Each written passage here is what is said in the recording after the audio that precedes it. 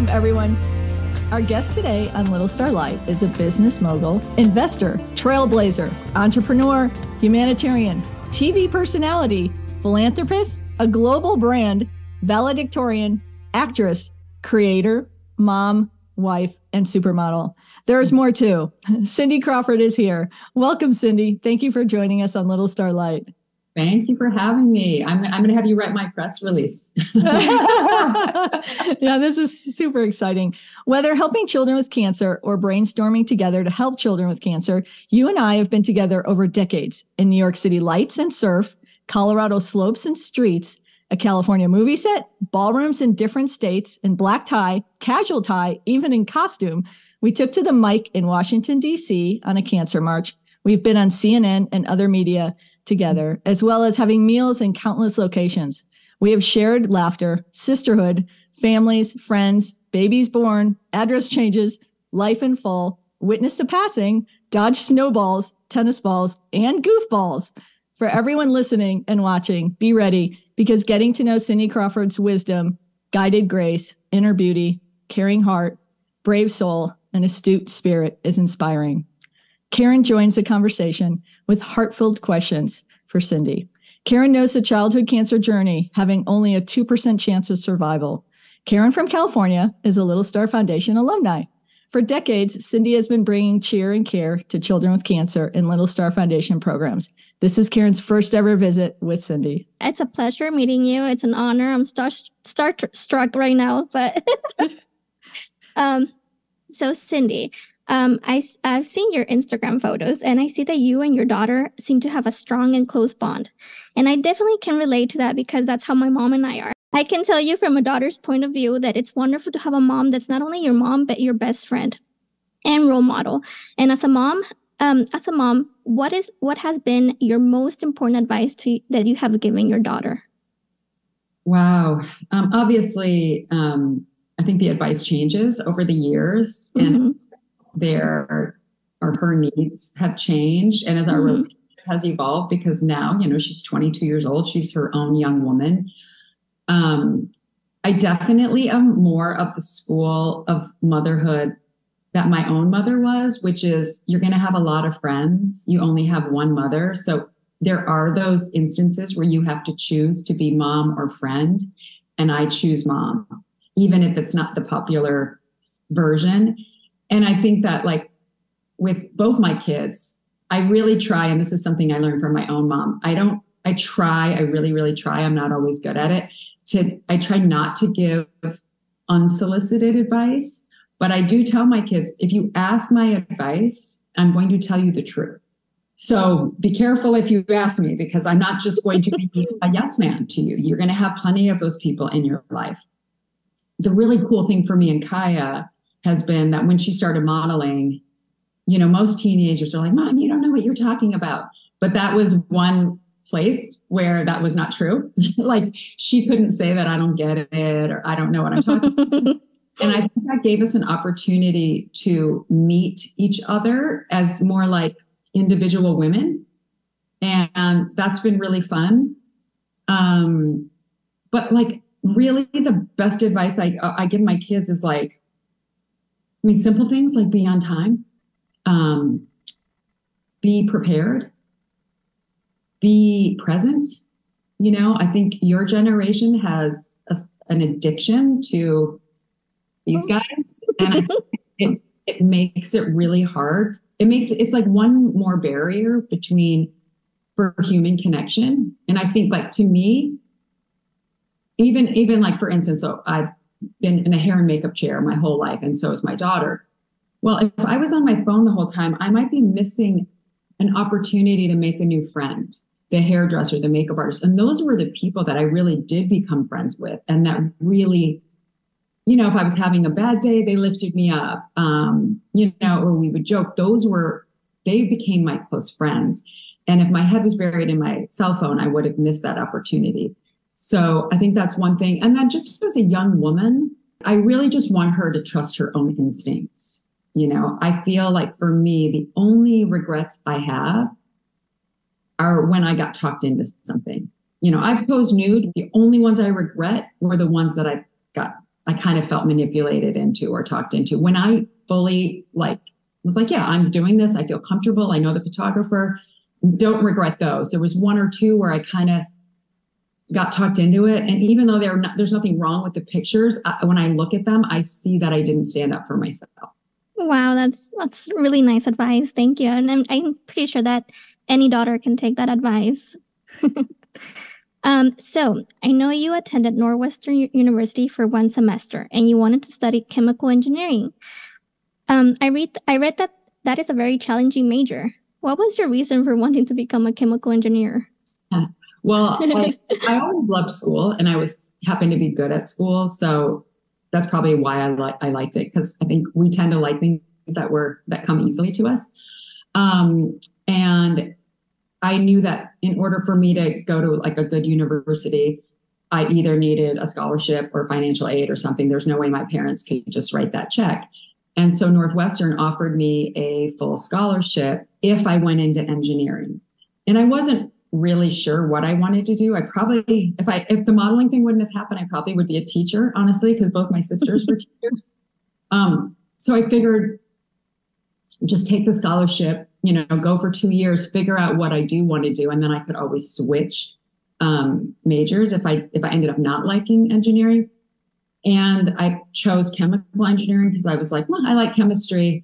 But to this day, I'm not sure what a chemical engineer does, to be honest with you. A way for me to go to school on a scholarship, that's why I chose it. And it was really hard. And actually, that's why I ended up dropping out, because I was also modeling at the same time. Mm-hmm.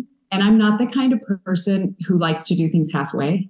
So I saw I wasn't fully applying myself to school. I also wasn't fully available for my modeling. And I knew that I had to choose.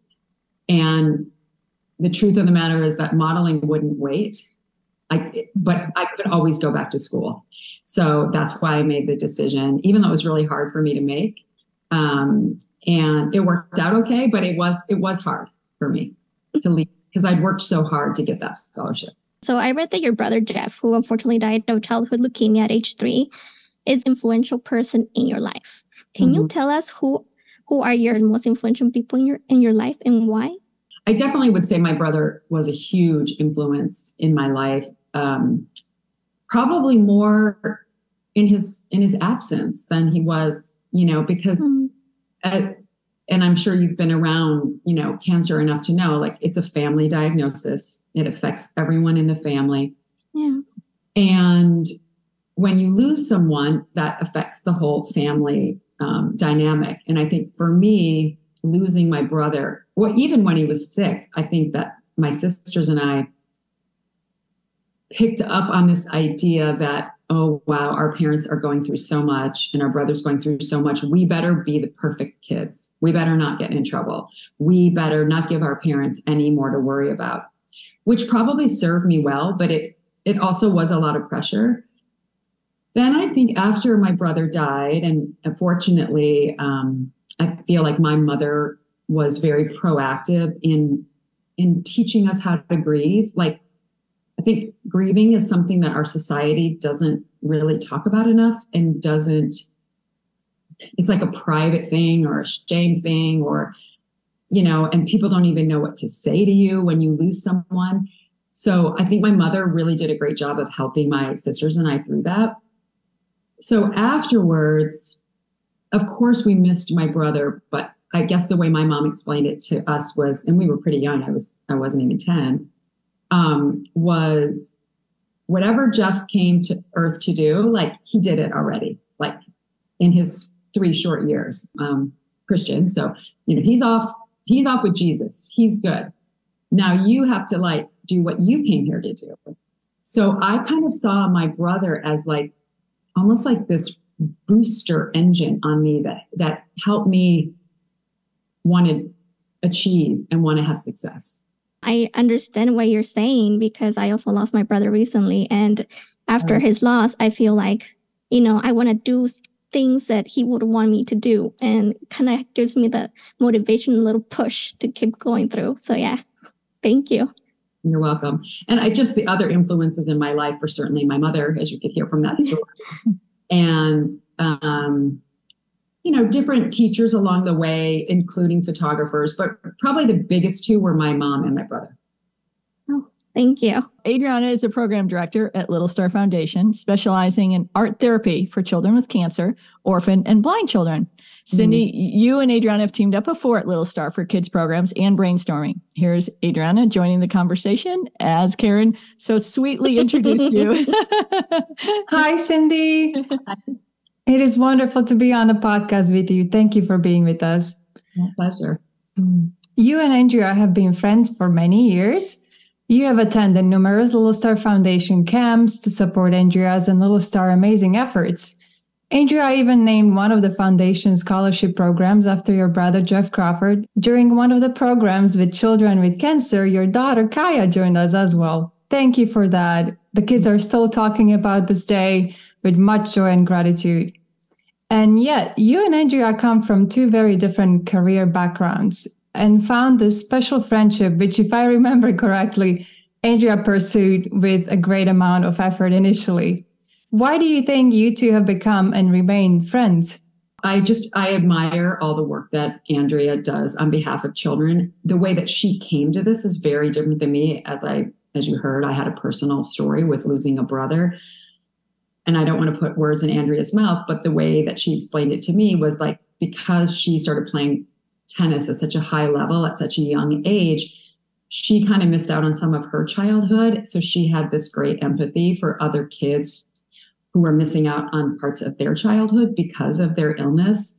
And I loved how, like, she just fully immersed herself in that. And she did, she will track you down. She will find you, especially because she knew that I had a very personal connection to childhood cancer. And then the second you get involved with Little Star, you're hooked. It doesn't take, it sells itself, like just being around kids. And I just admire her steadfastness, her unwavering passion and energy just to give back to these kids. I absolutely agree. We both are inspiration. I also watched your TV series, Supermodels. Congratulations. It's amazing. Everybody go watch it. It gives an inside look at your becoming one of the defining pioneers, the challenges, sacrifices, difficult decision-making, lifelong friendships, and much more. I remember the time when Andrea and I attended an event in Palm Springs, dinner event. This was, I think, 6 years ago, much before I met you for the first time. We were sitting at a large dinner table, and although I was sitting a little bit further, I could hear your name coming up along with a strange comment about the fashion industry. I remember Andrea promptly interrupting the dialogue in a professional and graceful way and praising you, your significant presence in the fashion industry and the business. It was beautiful, as I could tell. It shifted the gentleman's and others sitting at the table perspective. It also showed what a special friendship you two have. It's rare these days. Mm-hmm. With that said, it seems like a lot of people still have misconceptions about what it all entitles to become successful at your craft. How do you handle when people look at your past business success and vast talents and see only the fashion or beauty part? Honestly, I feel that is one of the wonderful gifts that comes with getting older. There's a lot of negatives, but one of the positives is that you care less. As long as you are living your truth and you know what you're doing, I can't change the way other people think about me. Literally, I could show them, like this. And if they have a preconceived idea about me, it's very hard to change that. Do I really want to waste time and energy trying to? No, I've got bigger fish to fry. So I don't try to change anyone's mind. I just keep moving forward and doing what I care about. Absolutely. Yes, that's a beautiful way to look at it. When I see both of you, Andrea, and you as well, I hear people saying all kinds of things, and she always answers so professionally and gracefully and very in a similar way. I have a bigger goal here. I have something I was called to. I've been called to help others with the career I've chosen for myself, and that's wonderful. You recently mentioned you're trying to be kinder to yourself. How did you start that, and how is it going? I'm trying to think in what context that I said that, but I do feel, look, the pandemic was such a big change for all of us. For me, and I was very blessed because I didn't have to worry about paying rent or buying groceries, but having that time to slow down. I mean, I've been working since I was 17 years old. I love my job. So I kind of was very used to rolling at that pace. I mean, especially you throw kids and a husband in and all that. I was forced to just kind of slow down. And I was really worried. I thought, gosh, like I'm going to go crazy. I'm so used to going. And actually, I found that I wasn't. That was such a great gift. And it also allowed me to work on other areas of my life that maybe, there's a different season for everything. Like when you have young kids, that's like a 24/7 job. Or like when you're in your young 20s, you can really be a little more selfish with your time and your career. I think I'm entering that phase of my life where I do want to be a little easier on myself. I want to not always have to top myself. I don't want to put pressure on myself. I want to take care of myself. So if I had to grade myself on how it's going, let's see. The last couple of weeks were not great. I probably would barely pass. But overall, I'd probably give myself like a B+. Wonderful. So always a progress on everything in life in general, I think. Looking back at your life, what were some of the biggest challenges you had to endure, and how did you overcome them? Would you change anything? I know you and Karen talked about it a little bit, but if you could elaborate a little more. The biggest challenges, obviously, losing a brother. I think, and I talked about how my mother helped me get through that.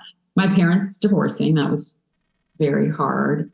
I think moving from a small town in Illinois where I had tons of cousins and aunts and uncles and grandmas and grandpas to New York was super exciting, but also lonely at times. Like it took me probably 2 years to find my people there, find my tribe, and feel like, oh, I'm a New Yorker now.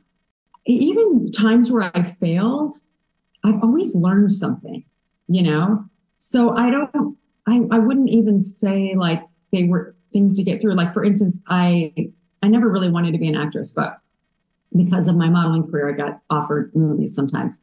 And I got offered this movie, and I probably should have said no because I had never taken an acting class or anything. But I knew the producer, and he kind of offered me a deal that I couldn't refuse. And I did the movie. It wasn't great. But the gift of that was like, I found out that I don't actually like acting. I'm very comfortable in front of the camera when I'm being me. The second I'm trying to be inauthentic or someone else, I don't even believe it myself. So what a gift that was, because then I could put that fantasy of being an actress, not even that I really had it, but we probably all have it a little bit, like, oh, I'm going to get discovered and whatever. I was able to put that aside and not spend any more energy on that.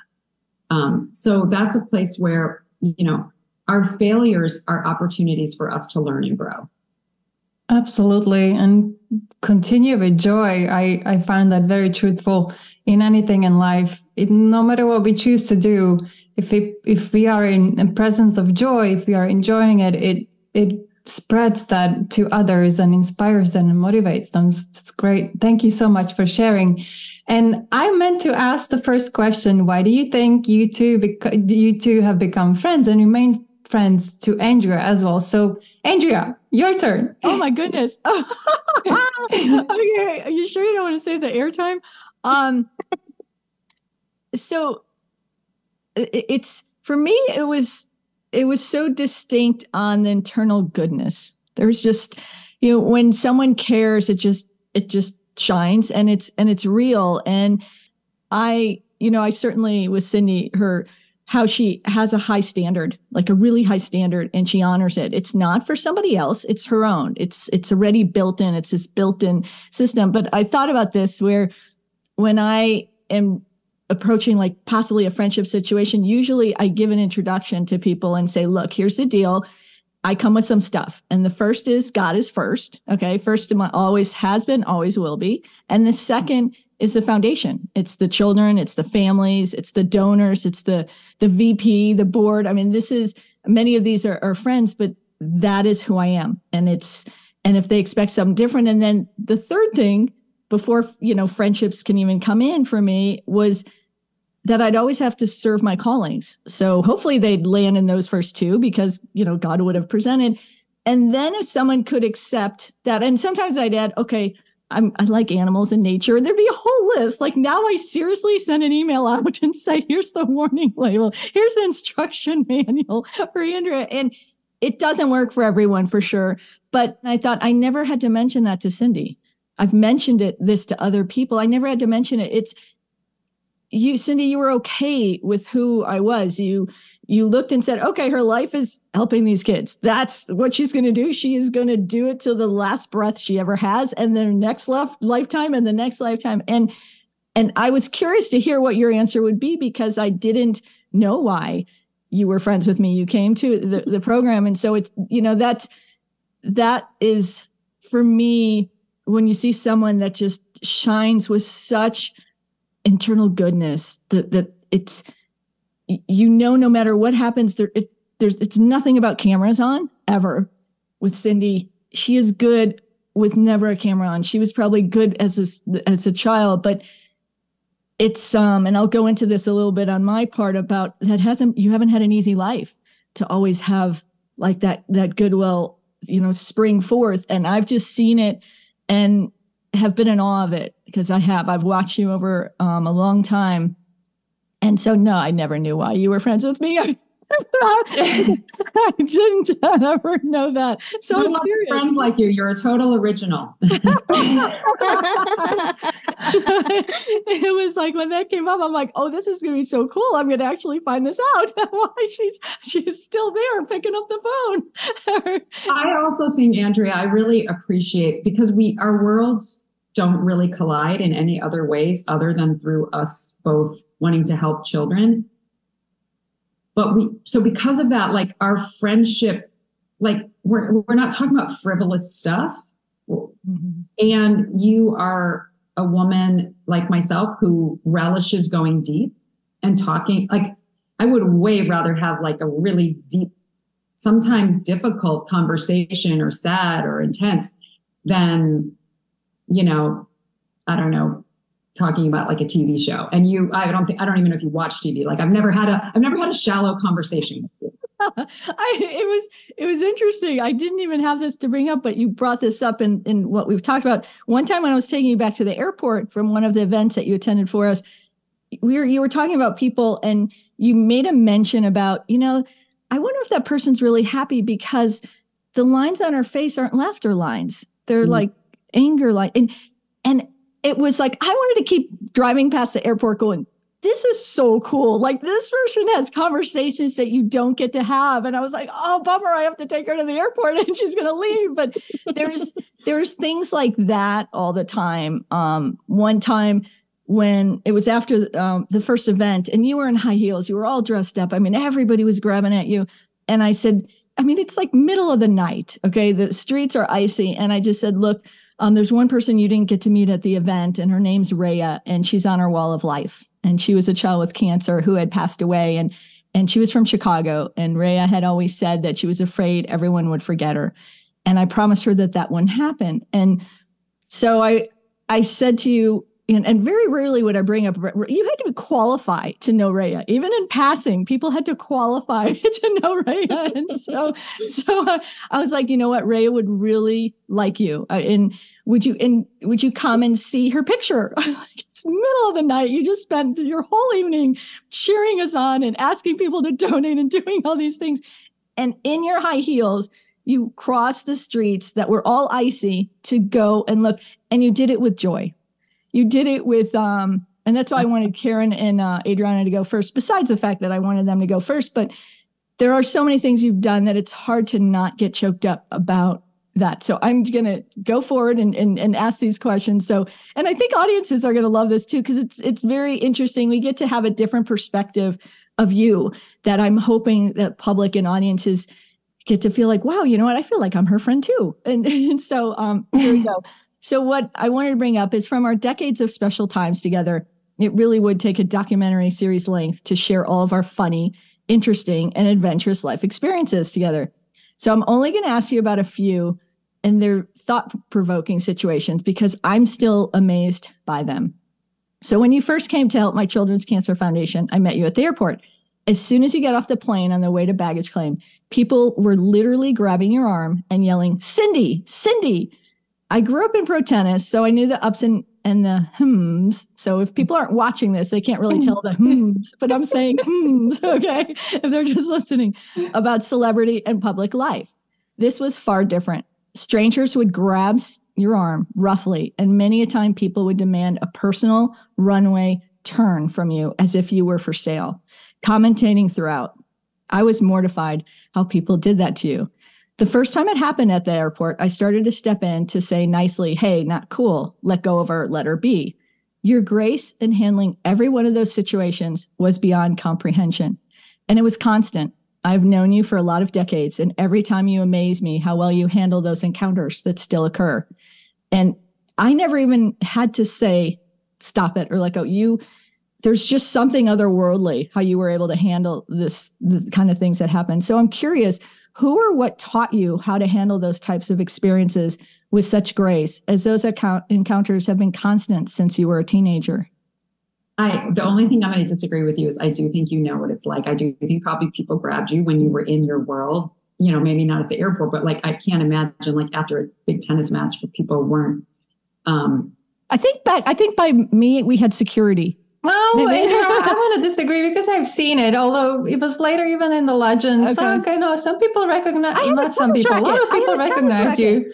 And they chased after her. So I think there's so many layers to that. I think the first thing is I'm a Midwestern girl.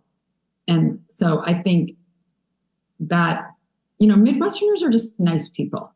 And that's why I always connect with Midwesterners. I think, secondly, I always saw modeling as what I do, not who I am.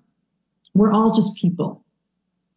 Now, there are times where you're having dinner or walking through an airport where you not necessarily, and especially now with cell phones, like how many selfies can I do walking through the airport? It can get annoying.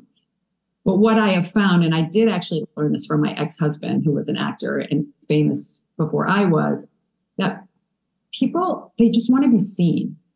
So if you can give them that moment of looking them in the eye or be like, "Oh, I'm so nice to meet you. I don't have time for that right now." Or "Thank you so much."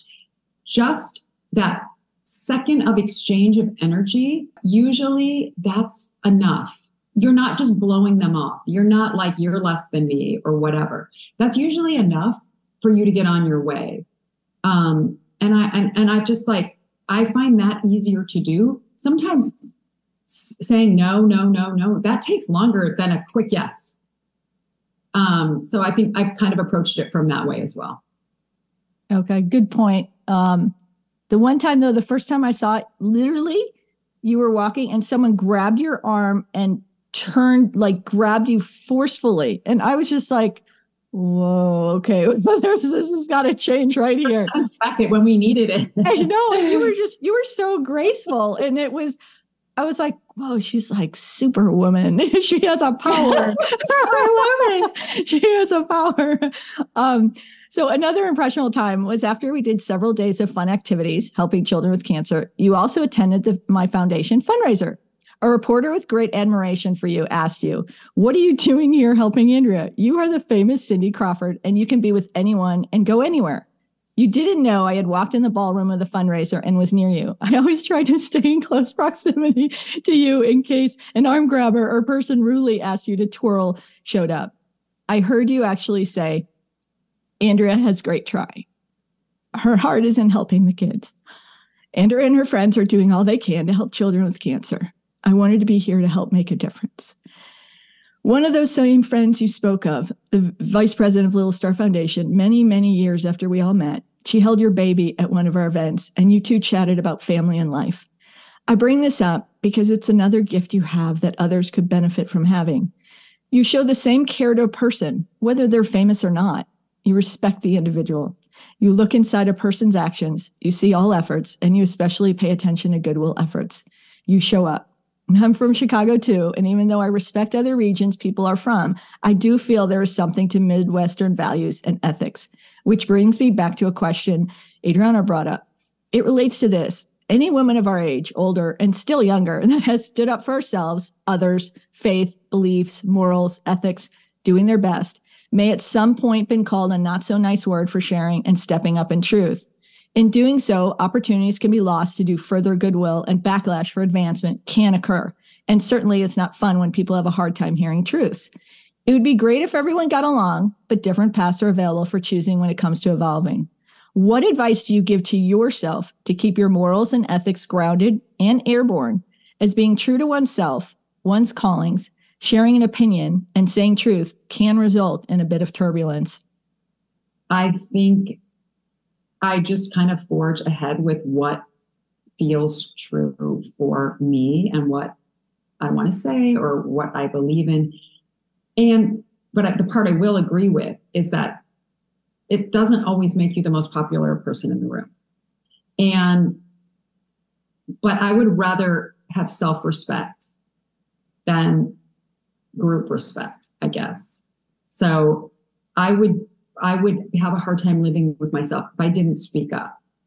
Like just hearing that story from you, maybe defending someone saying something about me, like how I got famous or whatever, like that's hard to do.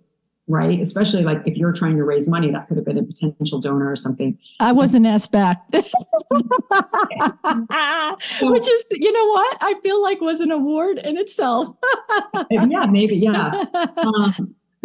And I think that, unfortunately part of, and there's been so much forward movement for women, but part of a patriarchal society is pitting women against women, right? And we are complicit when we let that happen. When we don't, it's like if you have a friend and then your other friend is saying something bad about your friend, it's easy to not defend this other person, but that's not the best way for women, for us all to go forward. Like, why? Like, women should be rising each other up, not competing with each other. We should be celebrating each other. And this old way of like, there's not room for all of us, so we have to like stake out our claim and maybe put another woman down in order for us to be on top. That's not serving anyone. It's actually serving the patriarchy, because like we're too busy fighting with ourselves to present a united front. And I have to say, I saw the Barbie movie. I don't know if you saw it. Not yet. It is some really great messages in there. You're nodding your head, right? Really? Okay, great. Wow. Because I was reluctant to watch it for the name and what it represents. Really about challenging the patriarchy. And also like, I love the part where Barbie comes to the real world and she thinks like, we empowered women. You should all love me. And they're all like, no, you made us feel terrible about ourselves because we don't look like you. And I had a little moment like, oh, shoot, is that me too? Because like part of, I feel like for me, modeling was very empowering for me. And we showed images of strong women. But I'm sure there also was an aspect to that where maybe some women felt like, oh, they didn't measure up, or we were setting this unrealistic standard of beauty. So I do think Barbie is very thought-provoking. But really about like women banding together. Like we are a force when we're together. We're half the population. Let's like be a strong voting bloc. Let's not tear each other down. Absolutely. It's so right. And in that one situation, it was just, they didn't understand it sometimes. And I grew up in media. Media is so beneficial in so many countless ways. But then if something's misinterpreted or, misunderstood, it can really affect how people view somebody. And they just didn't have the full picture view. And I helped them see that full sure for you, but it's like when you have two women that might have like a, a special essence, it was just, I think, a little overwhelming for them at the time. But anyway, but here's someone who was like amazing that I was so excited to share about. So on one of our California ventures, I took you to meet a dear friend of mine, Paul Newman, because he reminded me of you, incredibly special internally, and people gave focused adoration to the outside of him. People were enamored by Paul. Oftentimes it was for his looks. He achieved deserved acclaim for his distinguished career in philanthropy as well. Paul and I did programs around the world together, and it was the same tugging on him physically and screaming his name. I think it's probably why he became interested in racing cars and flying planes, because he could get fast getaways on those situations. But Paul had an inner knowingness, a character, really deep character, compassion, wisdom beyond words, and many incredible talents, similar to you. When we went into Paul Newman's trailer, we sat on this little couch. And after I said, "Hi, Paul, this is my friend, Cindy," Paul, like how a dad is proud of his daughter that she has a friend, Paul looked at you and kindly said, "It's nice to meet Andrea's friend. And what do you do?" Paul had no idea of your stellar career and legendary global brand status. Paul and I were alike in that we loved sharing and giving what we had, and we cared more about how someone was helping others than their celebrity status. View from God's watchful eye, much more special to pay attention to. And in many ways, Paul and you watched over me. I was so excited for you two to meet and become friends. Paul was excited to get to know you from you, not from how media focused portraying you only. You seemed to be relieved to know Paul was open to knowing you, from how God views you. So yes, there's a question coming here. I get to it.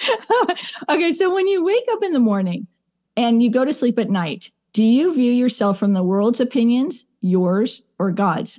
Are they the same or different? And do they vary? Wow. First of all, I have to say, meeting Paul Newman with you was definitely one of the highlights of my life. And not only because he's Paul Newman, but of course there's like, that's Paul Newman.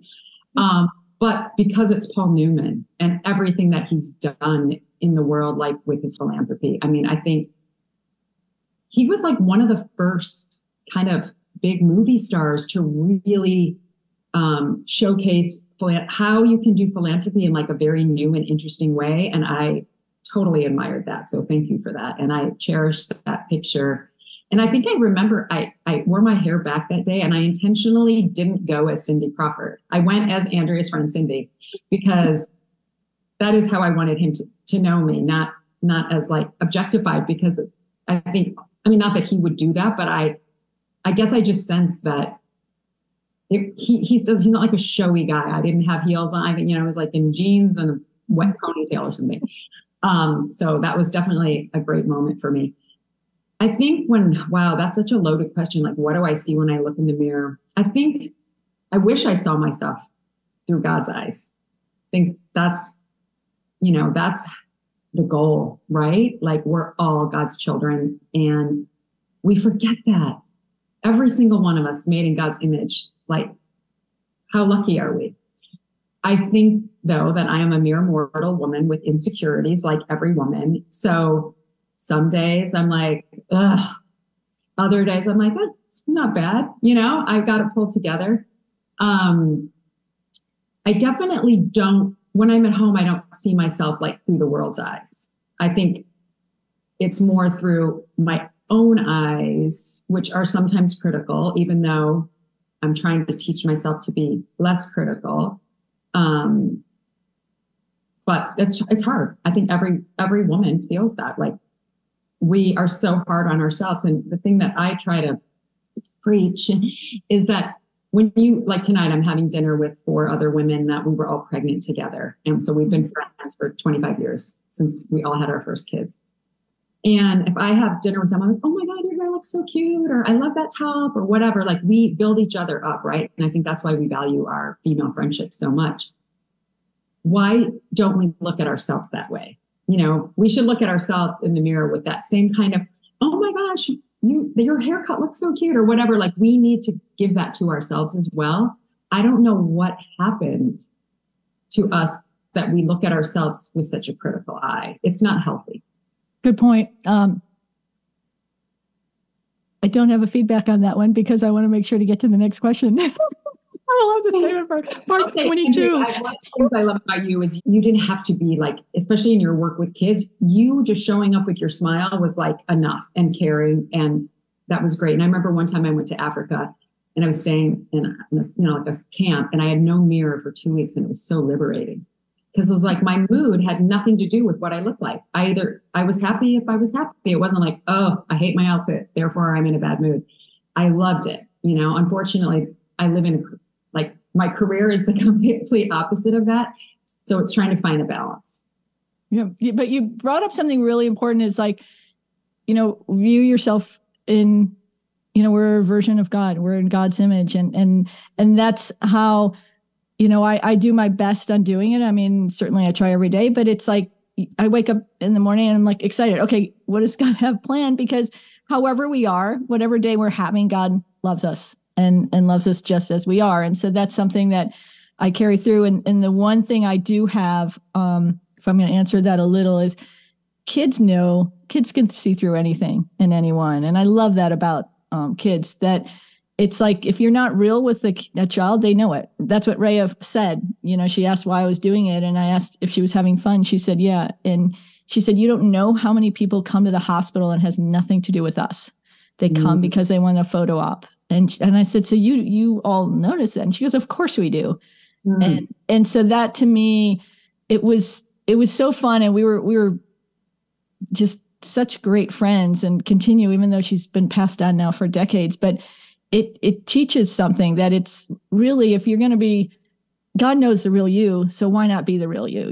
Just be it. And whether someone likes you or not, I think it might have been a little bit easier for me because in tennis, your victory comes from what you're able to do with a tennis racket. And so it's more on a performance level that way. But I remember my mom once said to me, Andrea, it'd be really nice if you quit diving for balls because you don't look good. Your knees get bloody. And I just looked at her and I said, well, then don't watch.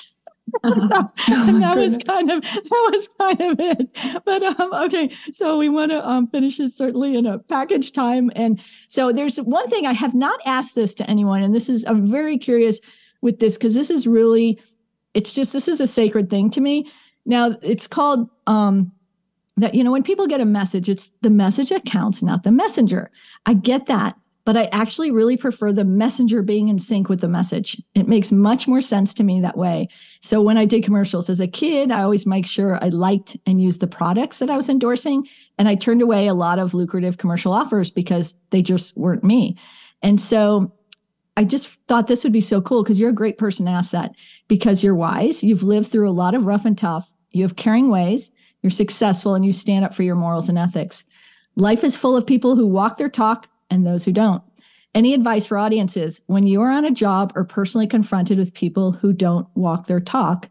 And are you kind of the person that the message is fine without the messenger? You brought up Jesus. I kind of like it that Jesus gave that message. I like him. It works for me.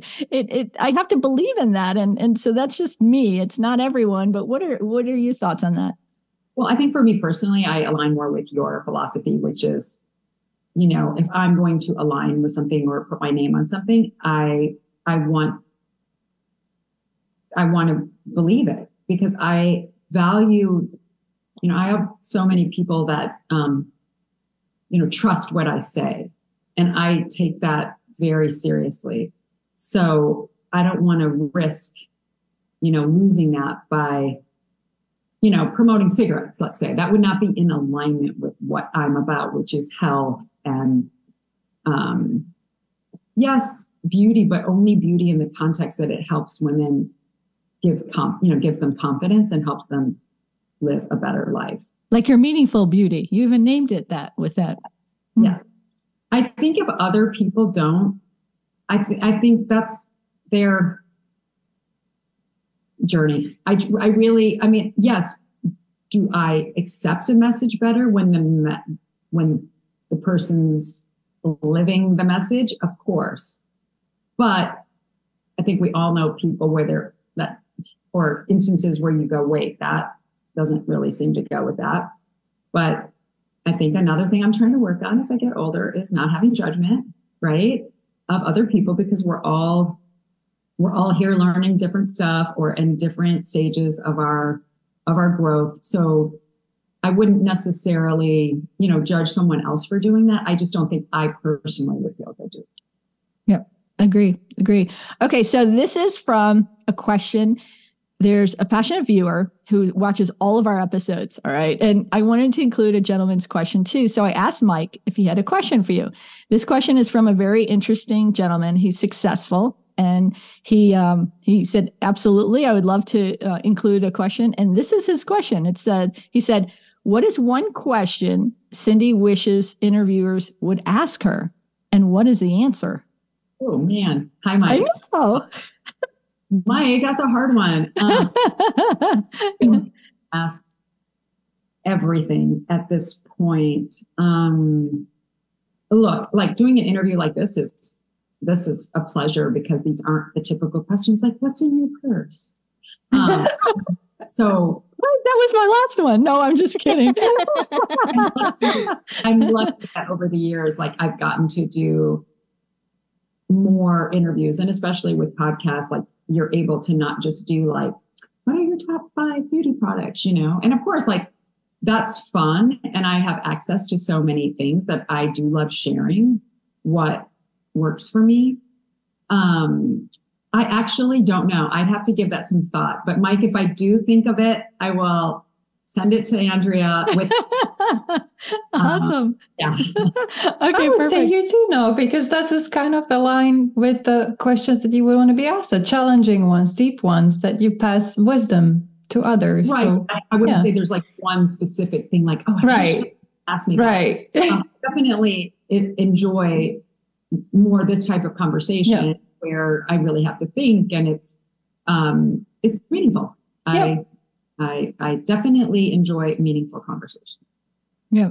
It's interesting because in starting this podcast, I didn't want it just to be me because I may not be relatable to certain people. And Karen brings something really special. And when she comes in, she's like nodding, going, she's shy. She's so shy. When she was a little girl, oh my gosh, to think that she's out here now sharing and talking. And then the same thing with Adriana. We all have different opinions. And it's what the cool thing is, like what you said, everyone has like their special story. Everyone has something that makes them important, but their opinion may not be yours. And that's sometimes a good thing. Sometimes it's nice to hear other opinions and, in ways that are certainly loving and caring. But anyway, all right. So in closing this, and coming full circle, I'm going to bring this up because in the decades I've known you, it's been interesting for me to watch people in terms of that celebrity dome thing. And so what I want audience members to know, especially if you're new to Little Star Light and Little Star Foundation, it's people think, oh, Andrea knows Cindy Crawford or knows so-and-so, and so she doesn't care about me or she doesn't need me. And I just want people to know this. And this is on a friendship level. It's on a donation level. It's on a support level. Everyone's important. Like everyone has, God is what I consider my best friend, and then everyone else then comes after. And so everybody has that. That's not exclusive for certain people that go to church, every week or study the Bible every day. It's for everyone. And so I want you to know that in terms of what we do at Little Star Light, we're trying to bring great, inspiring stories to people. So if you're having a tough day, we can lift your spirits up. And if you're having a great day, you can still be inspired by them. And the same thing with the foundation. We always have a waiting list of hospitals and children with cancer that we want to help. And so we can do it together. You're as important. And Cindy knows this because she knows how much I respect her friendship. But the person who comes in with that might just send a little note and sends $5 and does that once every decade, that's as important. They took that time. They might have missed going to, a movie, or movies cost a lot more than that, but they missed something to give that.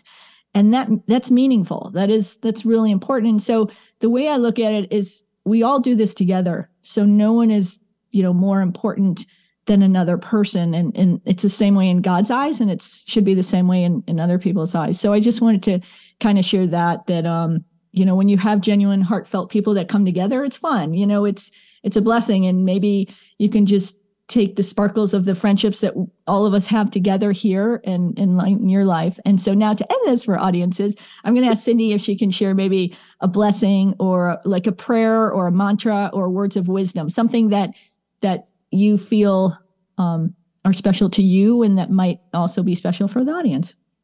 I always say, like, I just want to be a reflection of God's love in the world. And how can I be of service? Like, use me. I'm like, use me.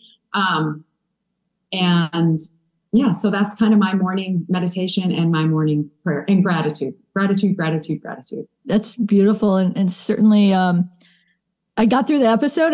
When I was thinking about just the reflections and all that you've done for us, still do to this day, and the friendships and the laughter that we've shared, to have someone for one moment in life, you're just, wow. There's so much gratitude to have someone over a lifetime. And I'm kind of that person where I'm grateful for the one moment, but to have it over that lifetime is just like, so special and never taken for granted. So thank you for that. I know you've been called upon a lot to show up for children with cancer since, your brother had cancer, and you've done it all around the world for us, for others. And so on behalf of all those families and audiences, please, get to know the Cindy that we get to know, because your life will be enriched for that. It's really special. So thank you again, and blessings, and lots of love to your family too, who I've, haven't seen in a little bit, but certainly saying hello and hugs to them too, and love. They're taller. Thank you. Really fun. And you're like a big kid, Andrea, and I love your energy and your enthusiasm, and you're just very inspirational. And to you other ladies too, thank you for making this conversation deep and meaningful and rounded. So to be continued. Absolutely. That'd be great. Thank you so much, Cindy. It's so wonderful. Thank you. Thank you.